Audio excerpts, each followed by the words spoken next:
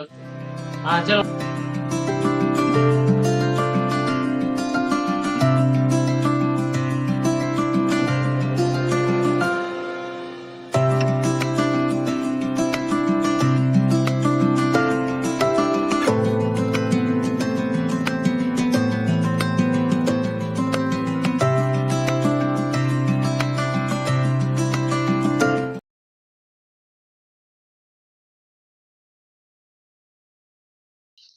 Hello everyone, welcome to the new show here. Today we are discussing about a new topic today. Nitamda, if you can please introduce the topic. नमस्ते सभी को। मैं ऋषि और हमारे साथ है शेखर और नेनर दोनों।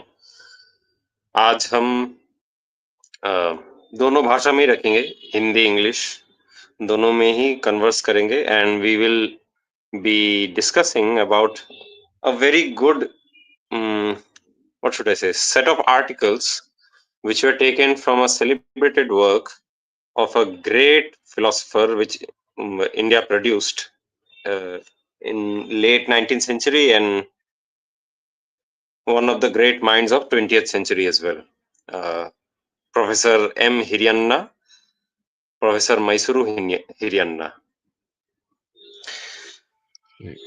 In this, Nina, we will be discussing about Indian conception of values and the difference that we have vis-a-vis Western values, and how are we supposed to differentiate between the two, and how are we supposed to appreciate what we have actually.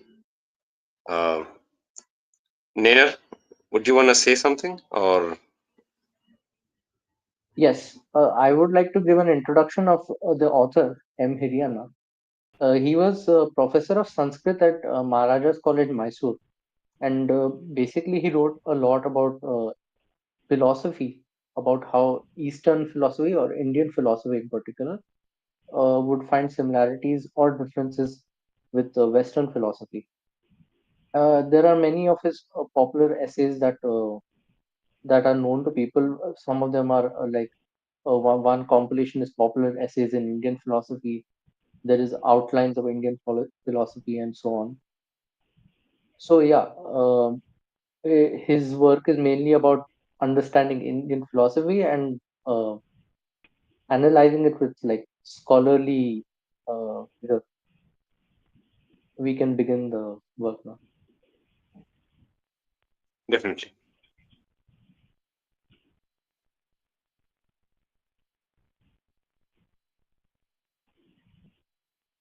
Yes, Nina, Also, yeah, you can actually, if you want, you can go through his biography and maybe share a few your comments or your observation about his career and his work. Yes. So as written in the screen, he was famously called the Socrates of Mysore. That is because he actually went about understanding and propounding his own ideas around philosophy as well. So, as it is written, he was one of the most eminent Indian philosophers and scholars of the 20th century, often referred as the Socrates of Mysore. Hiriyanna dedicated his life to illuminating the profound wisdom of Indian philosophy for both traditional and modern audiences. His life and academic journey. He was born in 1871 in Mysuru. In 1912, he was appointed lecturer in Sanskrit at Maharaja's College, Mysore. At 1940, he was promoted to assistant professor of Sanskrit. 1919, he became professor of Sanskrit studies at Maharaja's College, Mysore, and collaborated with many other famous people who studied Indian philosophy like S. Radhakrishnan and A. R. Vadia. In 1927, he retired from the University of Mysore and devoted his time to scholarly pursuits. From 1935 onwards, he was presiding over the All India Oriental Conference in Mysore. And 1950, at the age of, I think, 69 or something. He passed away, leaving behind, or 79, I think. He passed away, leaving behind a monumental legacy. Yeah, About, okay. So, yeah. yeah, I think we can cover the next part. So, Rishi, you continue. So, whenever there is a like a requirement, we will put the graphics for the audience to actually understand what we are saying and get more references.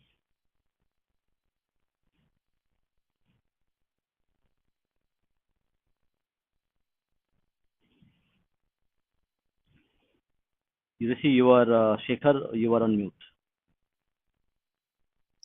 Which one? This one or the other one? Nina? The one on Hello. Preksha we can read first. This one. Yes. No, No, no, the the other one. article, the other one. Preksha. I only got this one. Yeah, yeah, this. This is the Ah, one. this, Yes. yeah, this page. Yes. You might need to actually increase the size of the page of the font. Because,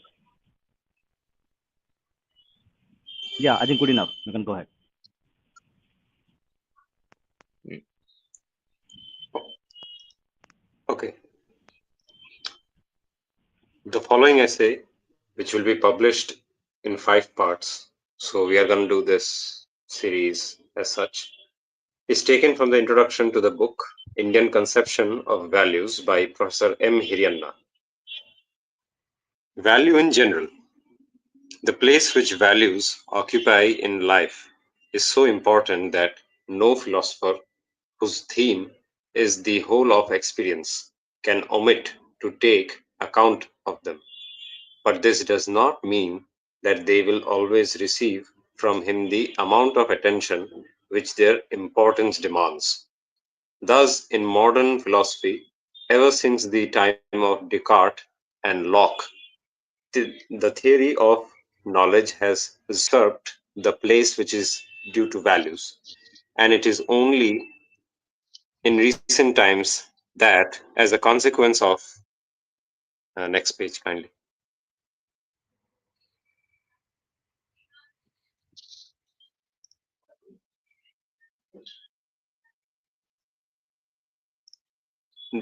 As a consequence of the total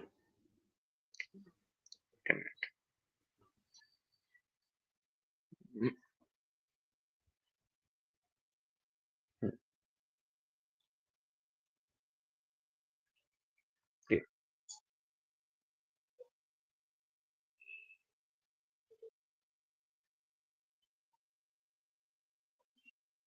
Is it good enough?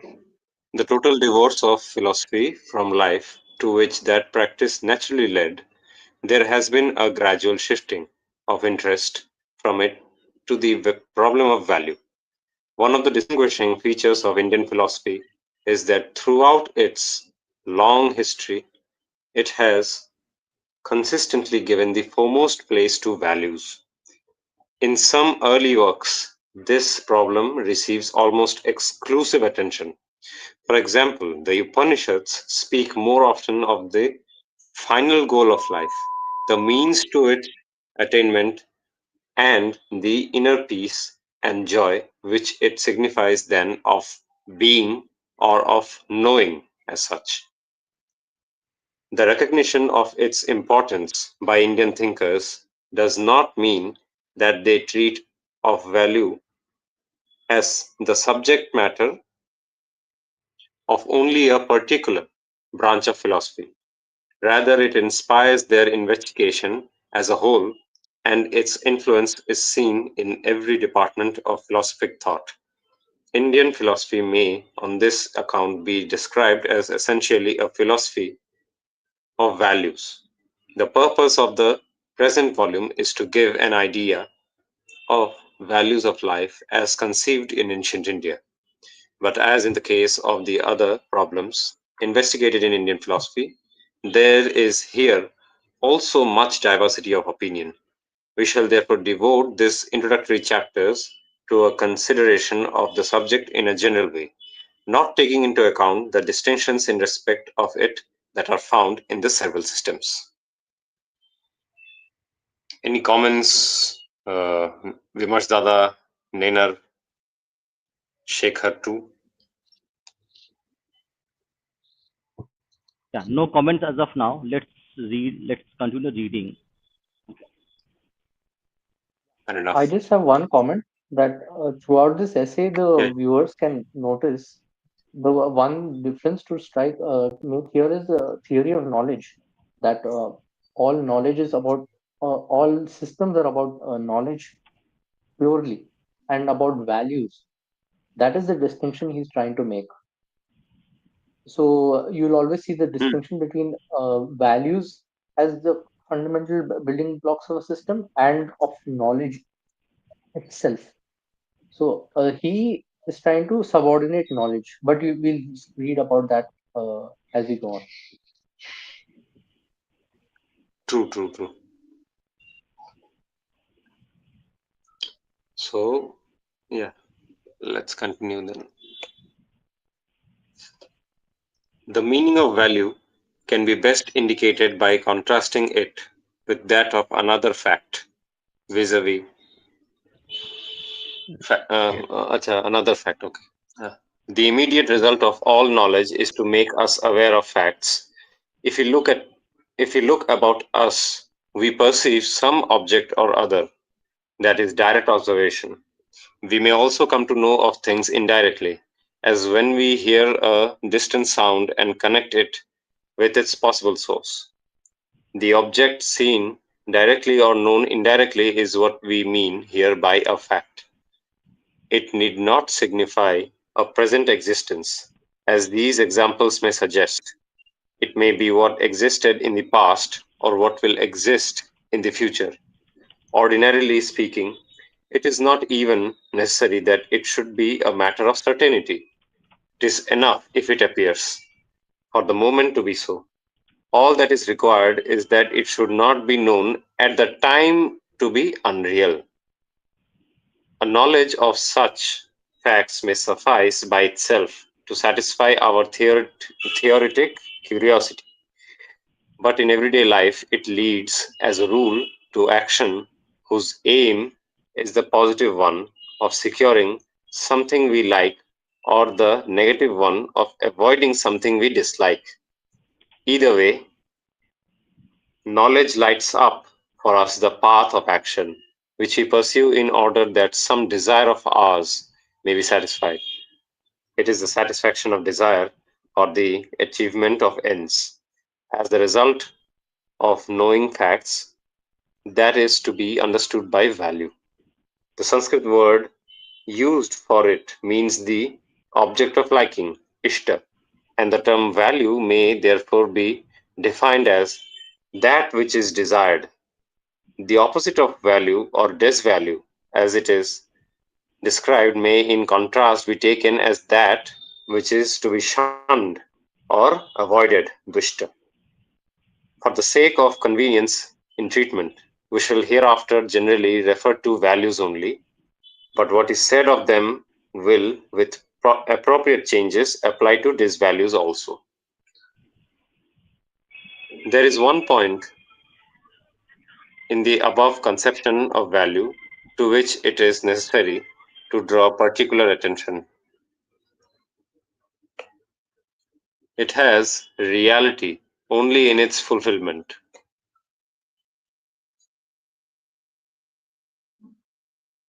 and needs therefore to be actualized before it can become truly a value. This is the reason why we characterized it as the satisfaction of desire or the achievement of ends. If facts are apprehended, values are realized. It is only as realizable, or on the supposition that they are so, that we call them values. To state the same otherwise, an object of final interest does not usually exist already, but has to be brought into being by deliberate effort, sadhya. It is to be which is not yet. Existent objects are no doubt necessary for its realization, but they merely serve as means thereto. Since values are thus of the future, the question of their present existence does not arise. Unlike facts, they are not given siddha, but we have instead another question in respect of them, viz., whether they are feasible or possible of achievement, kriti siddha.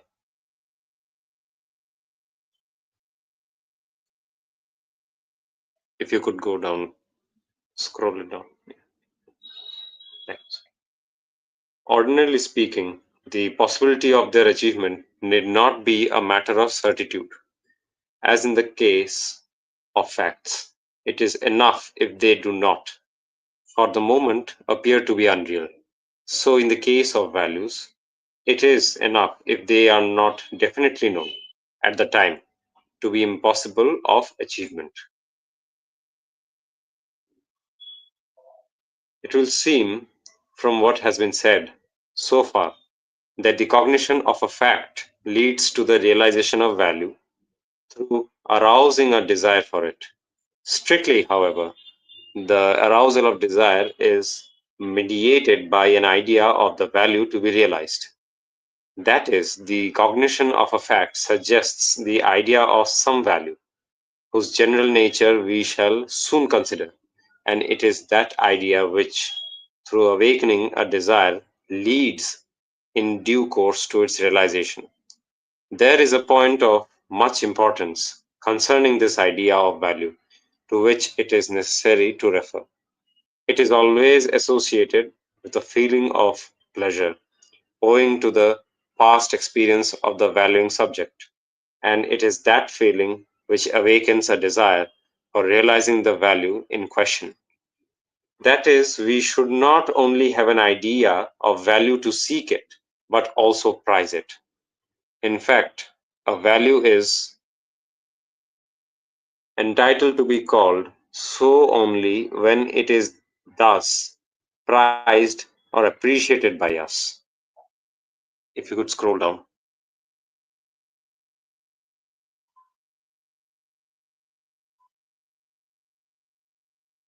Thus, while value, according to our definition, is the object or content of desire, it is grounded in feeling.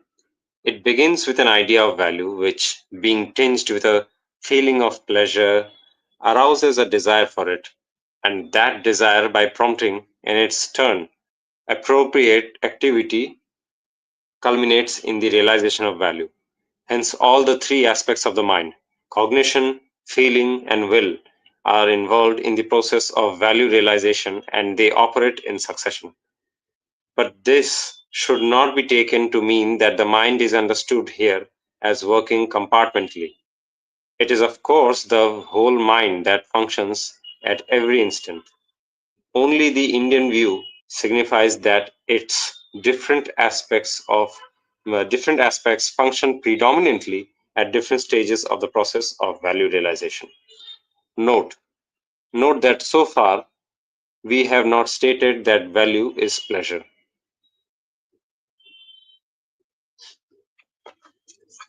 We should add that it is not always the end, ishta, aimed at which is termed a value. The means to it, ishta sadhana, also are often described so, but as subserving ends other than themselves. They can only be instrumental and not intrinsic values like them. That is to say, though the term value is primarily applied to the ends that are sought, often the to their attainment are also secondarily called so. Such transfers in the use of words being not at all uncommon. Thus, wealth is an instrumental value, while the fulfillment of any of life's needs to which it leads is an intrinsic one. But the distinction between the two, except in some cases, like a surgical operation, which is desired solely for the result it is expected to produce, is not a hard and fast distinction, for the one may come to be conceived as the other by a change in the attitude of the valuing subject. Thus, money, which is commonly taken to be a means, becomes an end in itself in the eyes of the miser.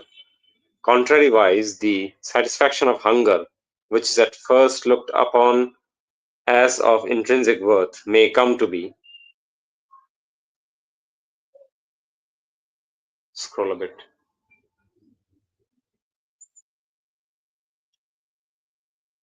satisfaction of hunger, which is at first looked upon as of intrinsic worth, may come to be valued as a means to bodily health or power. It is clear from the above that the notions of fact and value are closely connected with each other. If the idea of a value presupposes the knowledge of some fact, almost every fact of which we become aware is associated with in our mind with some significance to life. Though thus interconnected, each remains distinct as shown. For example, by the circumstance that their appeal is to different sides of our mind, viz., the cognitive and the conative, respectively. If a fact is given and is to be apprehended, a value is appreciated and requires to be achieved. Hence, it is not right to attempt, as some do, to reduce either to the other. Modern pragmatism, for instance, tries to explain facts in terms of value, saying that when analyzed, they all turn out to be values. And pure science does the reverse by virtually eliminating values and retaining only facts. The truth is that both the conceptions are needed for a proper explanation of the world as we know it and the life we lead in it. So here ends the first part. And the most interesting part of this article is that all of the footnotes over here. So all of the footnotes here, which we saw above, in like every sentences which we are getting, like after every end of sentence, you had those numbers. Every single sentences which he made above, they were all inspired or taken from some of our shastras, and these are the amazing footnotes over here and the references. So, any comments from all the other participants? Vimarsh Dada, Ninar, Shekhar. Yes. Hold on. I think my camera is correct. Frozen, correct? Frozen. My camera is frozen. If Yeah, it's frozen. okay, let me just remove and rejoin. Then you can continue. Let me rejoin. Okay. Shekhar क्या लगता है? निनर. Oh, okay. निनर, कुछ है तेरे पास बोलने के लिए इस पे? It's a tough topic, So actually. yes, but the contention is, as you can see in the last paragraph, that uh, people who are, you Hmm. can say, pure scientists Hmm. or positivists, you can say, Hmm. they are entirely reliant on Yes. facts or what they can Hmm. see with their own eyes and deduce from that. But Yes. there is more to the understanding of the world, and um, also you can say he was giving the example, right? The Hmm. the means and the ends. Yes. Yes. All action, there must Ishta and be Ishta sadhana. a value behind it. Yeah, there must be a value you seek behind it, and whether the value you True. seek is a means or the end, that cannot be taken by entirely just a fact-based system. There will always be a value system behind that. True. True. True. True. Absolutely. And I think he's indicating towards a holistic approach, right? So there is this compartmentalization while approaching any subject right now. That either it's facts or either it's feelings. Only these two are considered and totally uh, like bifurcated. Instead, he's saying that we must include both of them and then try to explain things, which is what Indian system of philosophies did. I guess that's what he's saying. At least that's what I could deduce. One more Yes. thing, I think let's actually, because it's a very complex issue, let's actually delve into a little bit more on his work itself, because I think many of us would not know his works, what kind of work he has done. Uh, so I think this is something which is important. So, Rishi, correct, Hmm. we are reading about the correct reading about the book Indian Conception of Values, correct, first published in 1975. That Exactly. book excerpts that we are now reading and talking about by a series of Yes. articles written by Mr. Balakrishnan. Compiled. Yes. Yeah, compilation. Okay. So correct. So when we were reading, correct. So we were getting the idea fact versus value. Yep. So Mr. Hiriyanna made a crucial distinction. Value is an end in itself and represents what truly matters. Fact is merely means. Modern Western philosophy, since Descartes prioritized the theory of knowledge, but Indian philosophy has consistently placed values at the forefront of its inquiry. So, and Indeed. we will actually talk about, because this is something important and very deep rooted in it's like a bija mantra of Bharatiya darshan itself. So the decision Yes. between values and facts and knowledge, and the three cardinal values in Indian philosophy: dharma, artha, kama, moksha, jivan mukti, living liberation, and rasa, ascetic joy. I think let's delve little bit into this fact versus value. So, Nina and also Rishi, like how do you like paraphrase this statement?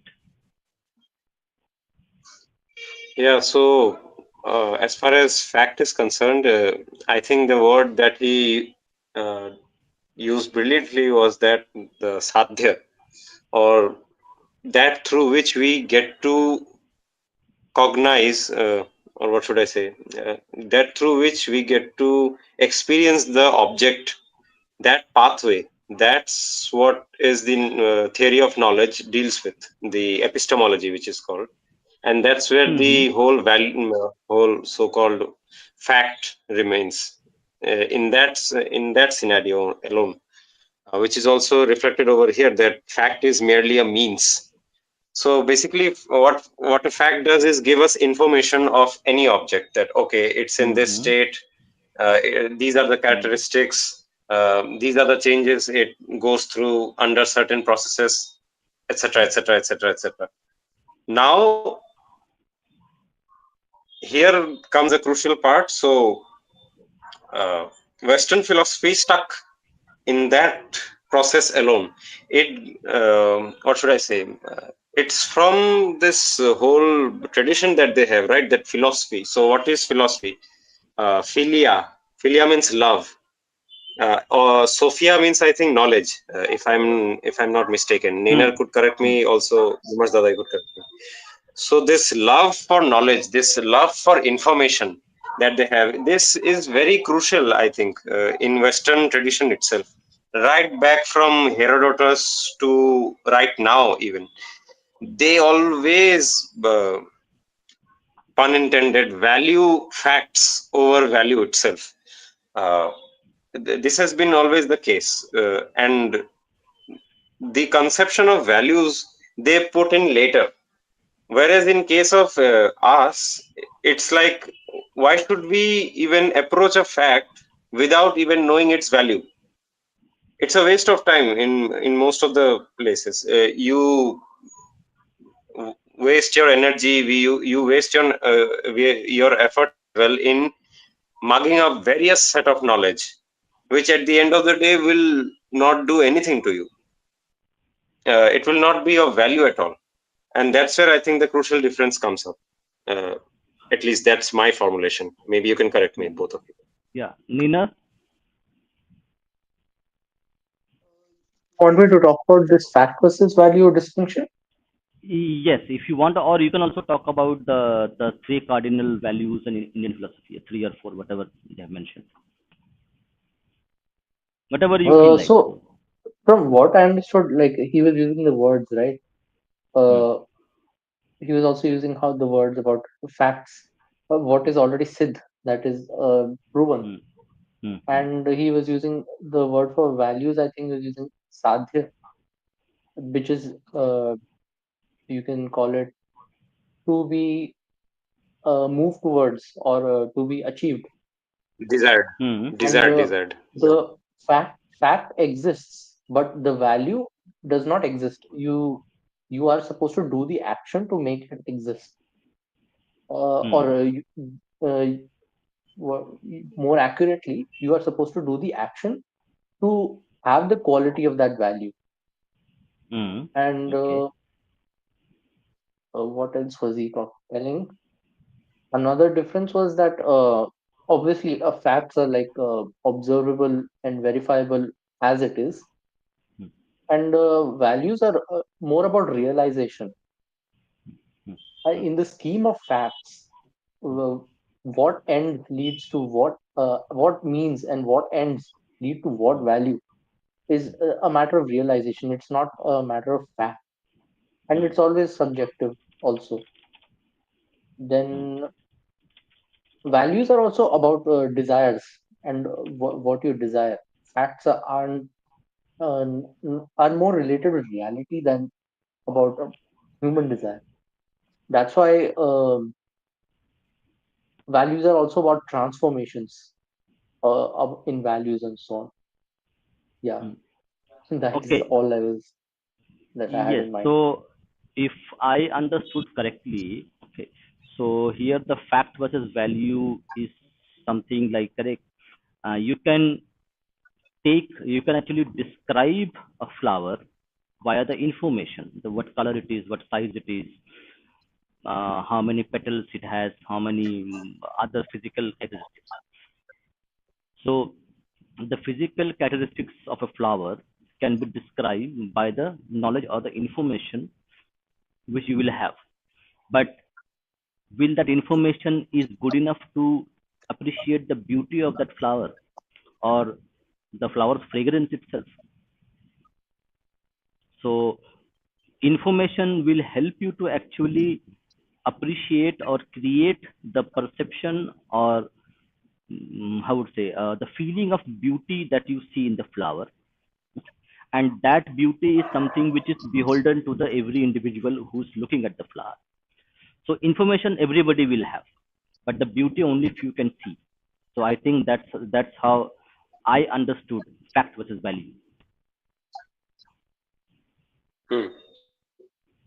Is that correct, And to Rishi? complement your point, and Hmm, yeah, I think so, very much so. hmm, And I think to complement both your viewpoints, hmm, maybe you can correct me on this. So this is hmm, something which came to me just right now. So hmm, uh, I think he what he was trying to hint at in the first article that we read, that while explaining any process or let's say any scenario, according to Western philosophy, facts are enough to do so.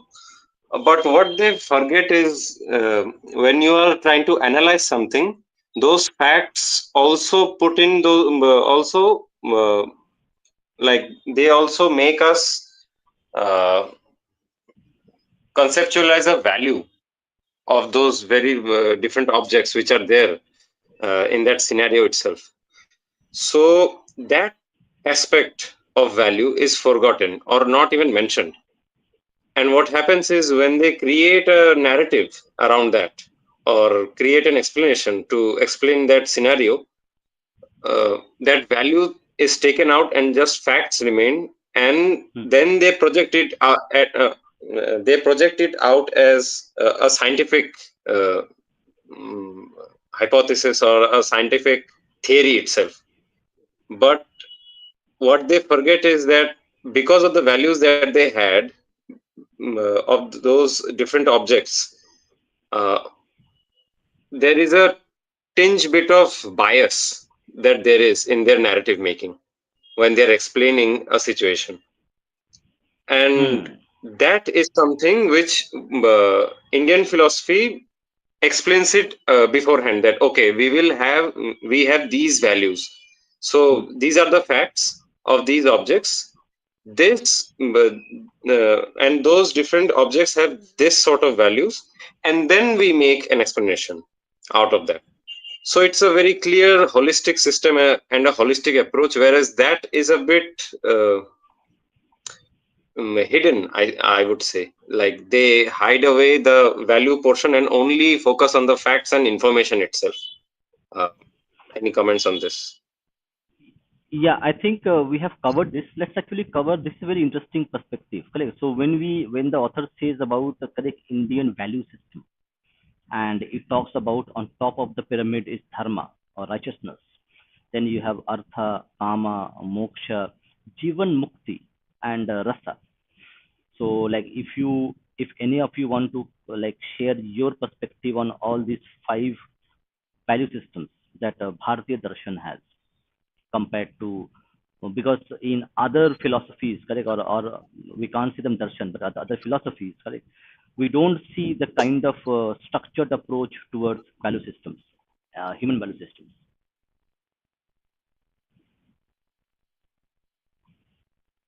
Yeah, Nina, you can go forward, then maybe Shekhar can enter into this. You can finish your point if you had any. No, No, no, I am done with I don't mine. have any I don't have any particular point per se, but it's just the thing I notice is that the whenever we are talking about fact, we forget that the facts are always used to draw conclusions. Now, who is Hmm. guiding those conclusions? Because you are not. There can be many conclusions you can draw from facts. Even if Hmm. you have information based on person to person, you can draw many conclusions. Now, the way Hmm. you draw conclusion is very important. Now, the way that is being provided here, as far as I am concerned, that way is very important. The way they are, the guiding principle they are using to draw conclusion is from your culture or traditions.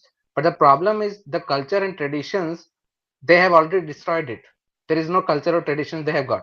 The only thing they have got as a replacement for culture and tradition is their Christianity, as far as I have understood, and even that is not that much of a influence nowadays. So whatever they have got, they it's some kind of amalgamation of different kinds of things they have assimilated from different kinds of cultures, and whatever the Christianity had destroyed and whatever is being left from that. Now we have, as far as Indians or Hindus are concerned, we have got a guiding principles of dharma. Now it is a very vague term. It is by purpose a very vague term, because if you can define it, you can use it and you can misuse it both ways. If you have an exact law, it is very easy for people to misinterpret it. It has to be a vague. If in a cultural context, the value of anything that is being defined is has to be something that is very vague. The guiding principle has to be very vague, because you are not talking about a specific time period. You are talking about a span of thousands of years. So the principle has to apply in all those time periods. So it has to be vague. Understood. Yeah. Okay. Anybody else has any comments to make? Nina, Rishi. I think I have an idea why he had also mentioned Descartes, because Mm-hmm. Descartes. uh, Descartes, yeah, Descartes, yeah. So Hmm. his primary emphasis was about the theory of knowledge, that is epistemology, Hmm. and everything was about establishing like if a fact is true or not, and then from that you build everything. Okay, I'm All going to yeah. interject you because I thought of something which I might actually contribute positively to this conversation. When we are talking about correct the value systems, okay. So are we talking about value systems in terms of the human mind inherently needs a certain kind of actually I would say belief system with for a lack of a better word. Correct. So there has to be something bigger than you to actually give you a sense of semblance of sanity to your life. So correct, for millions, so thousands of years. Okay, if we consider that for thousands of years, human beings have believed in some supernatural being. Okay, whoever that may be, and that gave him a kind of a like a mental peace or a kind of a mental clutch to actually live on. Because if you don't have any belief system, faith system, or in Hindu thought, what we would say is Atman, okay, or Param Brahma or Param Brahman. So that is the kind of, which is actually a psychological need that we have. So in the context of correct, when the Greek civilization, Romans lost their inherent pagan gods, then they had Christianity, and that also lost its luster due to scientific theories, scientific facts ruled over all their previous beliefs. So now is scientificism, okay, or scientific thought, or scientific approach to inquiry has become their new religion as such, because they have nothing else to uh, roll back upon. Like we have our dharma, correct? So we can go back to our dharma. But for these people, they have lost their native faith, pagan gods. They have lost their Christian identity. Now they are only left with facts and knowledge as their mental clutch.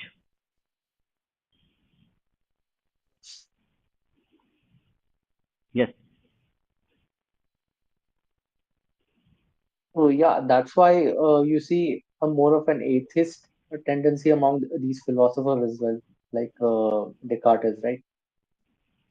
Even though they lean on religion in some ways, but there is an atheist tendency as well, and they tend to be reductionist and simplify everything to purely facts.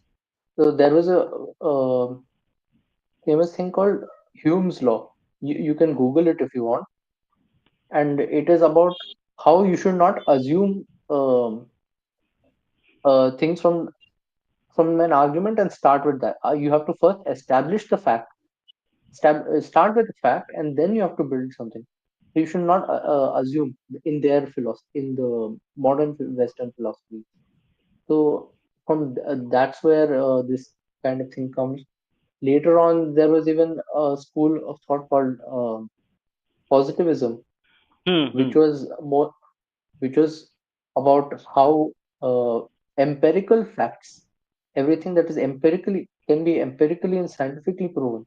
That is true. Everything else is not true, but is a postulation. So yeah, from these kind of modern Western schools, we come to the problem which M Hiriyanna is trying to address. That values also have an actual value in this world.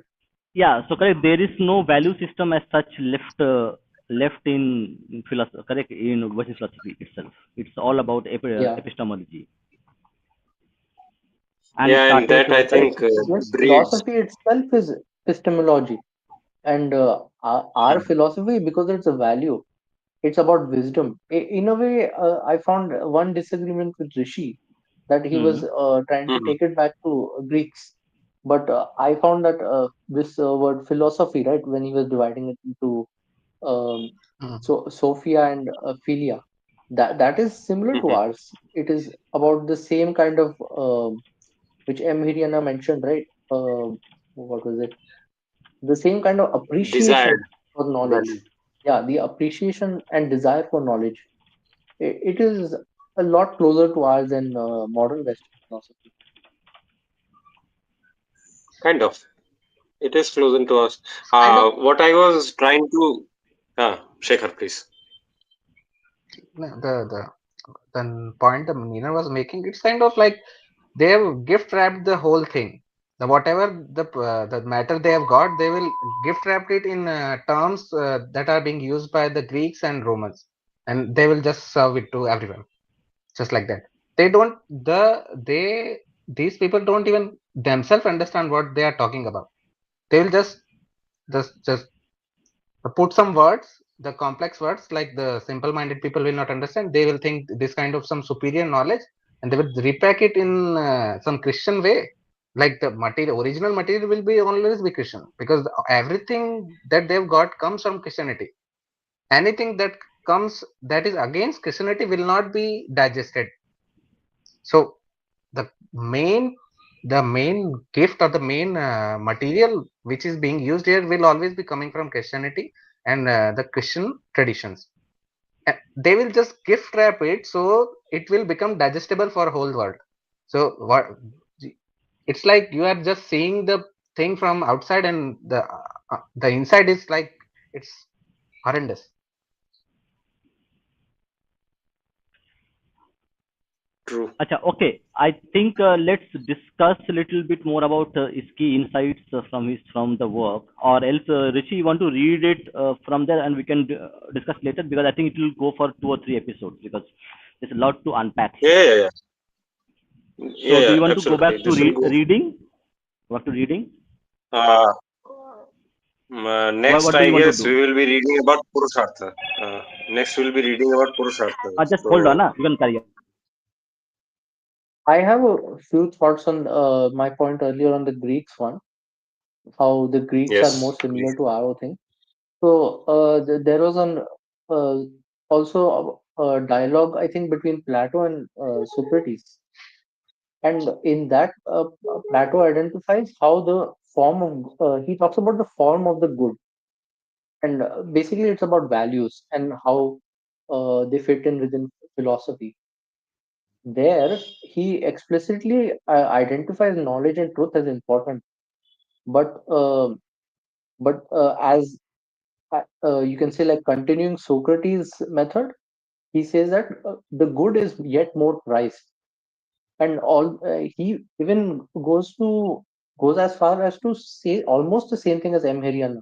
He says that he then proceeds to explain, although the good is not being, that it is not there. It is superior in rank and power. It is what provides for knowledge and truth. He is essentially saying the same thing, that the fact is there, but the value, it must be acted upon to achieve, and it is superior to the fact in nature. Rishi Yes. or Shekhar, Okay, you so can tell something about. Go ahead. Go ahead. Go ahead. Go ahead.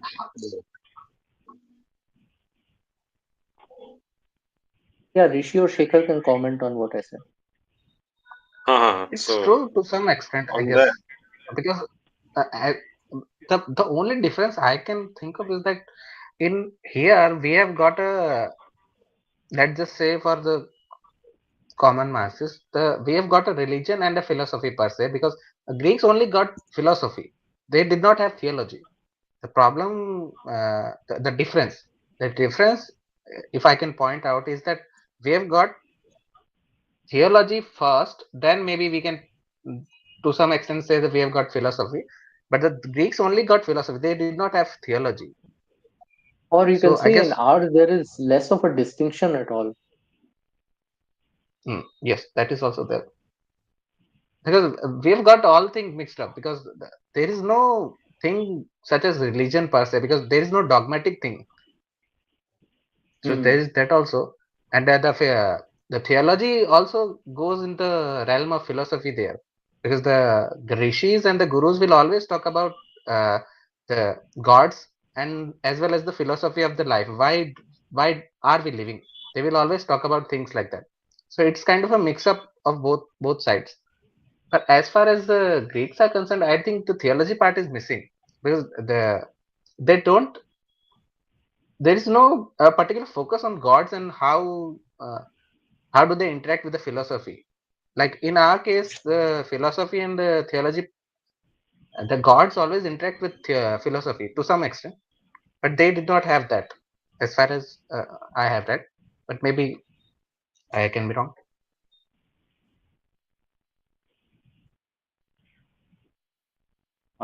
Okay.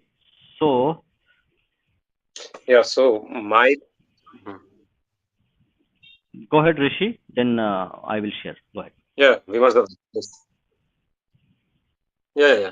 So my approach was that it simply, as I have seen in the couple of texts which have come about from the Greek Hmm. tradition, Hmm. yes, they do talk about values, like how Niner also mentioned from the dialogues. I think I guess in Republic there it is, or somewhere else, Phaedo, where Yeah, in the Republic. Socrates talks about values and all. Okay, Republic. Okay. Uh, I see a breakage in that, like with Socrates, it just ends, and somehow with the Aristotelian thought process, which then creeps in, and also with Plato as well. Uh, yes, they do talk about values, but then they get into all sorts of metaphysical and all those things, so-called facts-based discussion, theorizations. What's that? What are we trying to describe? What is the source of ideal? How is it different from the real world, and so on? These set of uh, discussions come about. That was my point. Okay, so and as Vimas Dada was saying, in the next portions, I think we will be talking about Purushartha. So, Vimas Dada, would you like to get into that then? Uh, let me see. Actually, we have another podcast coming. Okay, in about an hour's time. Okay. Okay. Okay. Okay, So then let. yeah, I think okay, Abhay, if you want to share something to us, you can come and join. I think this is a very like complex topic and very difficult topic to actually Yeah. discuss. So go ahead. Now, if we are talking about values, now Hmm. how are how are we going to define it? Because are we defining the value, or if we can define the value, are we defining it from our perspective? Because let's say, for example, I've got something. Now, that thing has a value. That thing has a fact because it exists. Let's say that Shekhar, thing has a value, economical. Yes. Shekhar, see, what we are trying to understand is something which is being what is it done sadhana by our greatest of rishis over thousands of years. So okay, थोड़ा recap कर लो. Sir के ऊपर से जा रहा है. Exactly what I was trying to say. What we are trying to discuss is something which is, it's easy if you understand it. It's next to impossible if you do not understand the perspective. Okay, so what we can do is we can do a recap, and actually what we need to set the first principle or baselines for the discussion. So what we will do is, Rishi, we will go through the Okay. text, okay, and refine the text Hmm. for the audience to set the baseline. Like, what do you mean Fair by enough. value? What do you mean by example? Correct. Uh, Let me see. Yeah, what do you Hmm. mean by philosophy and what do you mean by values? Okay.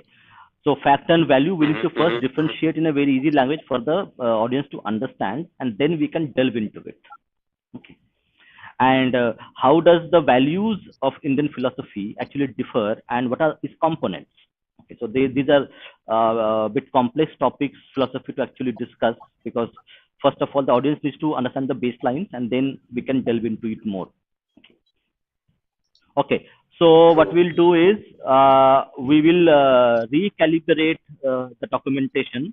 Okay, and we will first give a recap to the audience in our next session, set the baseline, and then we will try to discuss those specific topics that I mentioned, like Vedanta as culmination, direct experience over belief, what they actually mean. So we will take the help of these texts and other explanations to actually give our audience a little bit more understanding. Also, we'll also learn. So it's not like we know. We are also learning phase, but with the audience itself, so that the audience can learn and we also can learn from them. Okay. Hmm. Niner or Shekhar, कुछ Hmm. बोलेगा इस Okay. पे? Yeah. Last words, because we have a podcast coming at 7 p.m. On Bangladesh. A very important podcast on Yep. Bangladesh future and elections. So go ahead, share your thoughts.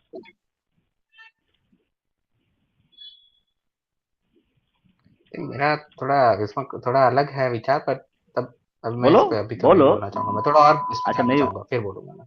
अच्छा ठीक है ना भैया, या it's better कि और थोड़ा सा पढ़ लेंगे हम लोग और थोड़ा जान लेंगे, क्योंकि ये बहुत कॉम्प्लेक्स टॉपिक है, इस पर हजारों सालों से लोगों ने साधना किया है, तो थोड़ी साधना हम भी कर लें. And Barbarica, we'll do a recap. Okay, it's a very complex topic, so we will do a recap, and you can watch the initial portions where we read the text, but the recap you will get in the next session where we will have the full document ready for you to actually get explained and discussed. Yes, last words to everybody. Yeah, so today we got to know something easily. I could say the baseline would be the definition of value which was given over here was ishta and dushta. Mm-hmm. Value being that object of liking, ishta, Mm-hmm. that which is Mm-hmm. desired, Mm-hmm. that is what we call as value, and the opposite of it or disvalue is that which should be shunned or avoided at all costs, dushta. From that we Mm-hmm. started, Mm-hmm. and then we will move forward with that, I guess. Got it. Nina. Yeah, that would be the same thing Rishi said. I do not have Mm-hmm. much to add. Mm-hmm. Okay, so thank you, audience, for joining for this very difficult but very important discussion on the works of Mr. Hiriyanna, a genius in terms of philosophy in 17th century. He was born. So we will all see you at 7 p.m. For a special podcast with Mr. Deep Haldar and his co-author on his new book, and we will also talk about the politics of Bangladesh and the elections in February. So see you everybody at 7 p.m. and you can again join us at 10:30 p.m. with Bijidda on our continuing series on Christianism. So it is our part 6 of the series on lectures on Christian thought. So see you everybody. Bye bye. Jai Shri Ram. Vande Mataram. Jai Shri Ram, Vande Mataram.